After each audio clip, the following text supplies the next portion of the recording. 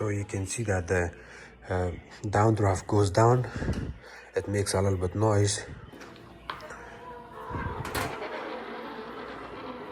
If you push on it from the top and kind of keep pushing it down, eventually it gets to its original position, which is supposed to be like this on normal usage. You don't have to force it down. But if you don't push it down, then it's gonna stay a little bit up, and that's the problem here. So when this happens, we can get two problems here, the possibilities of having problems here. One, if the unit, the way it's installed is out of its base, for example, if the base is wiggly, if it has vibration and it has some movement, it's gonna cause the same issue. I'm gonna close it. Or if there's something falling down, it will also cause similar issues. The other common problem with these units are that it stays like this, it's not going fully down, is the auger motor. The auger motor is located at the back of this box. It's straight in this area. Maybe the switches are being hit too soon, or it's faulty, or the auger motor is weak. In order to work on it, we have to remove this melee cooktop. It's a gas cooktop.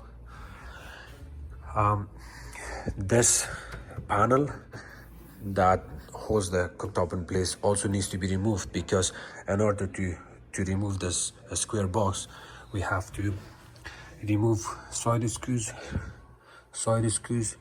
top and bottom screws, and then this box will come out. So this is a very complicated, big job here. Unfortunately, I'm gonna have to leave this customer house and tell them to call their installer to remove the cooktop first, and then after that they also have to call their cabinet maker to remove this. And to make sure they don't get the same problem in future, if they get the same problem or any kind of problem happening with this best vent hood, we want full access. To make sure we have full access, I will explain this to the customer. When they remove this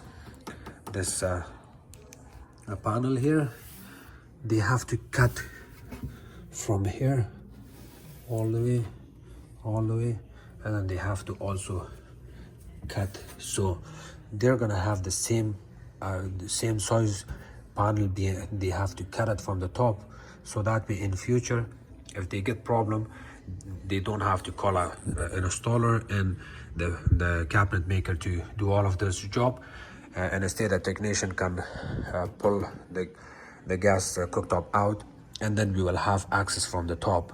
So by removing the top screws, there's two hidden screws right there. One is in that area over there, and the another one is right on the top, right there. And of course we got screws. We actually don't have any screws, so we got two screws on the left, two on the left, two on the right, two on the top. There's one right there.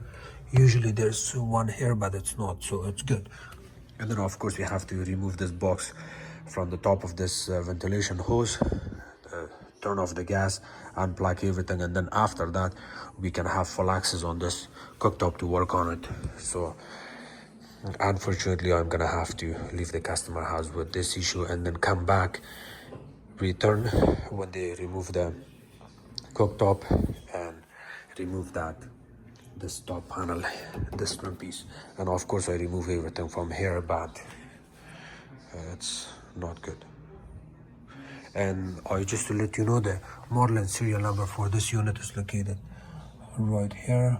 Sometimes it's there and sometimes it's a little bit upper, but usually it's right in that area. Thank you.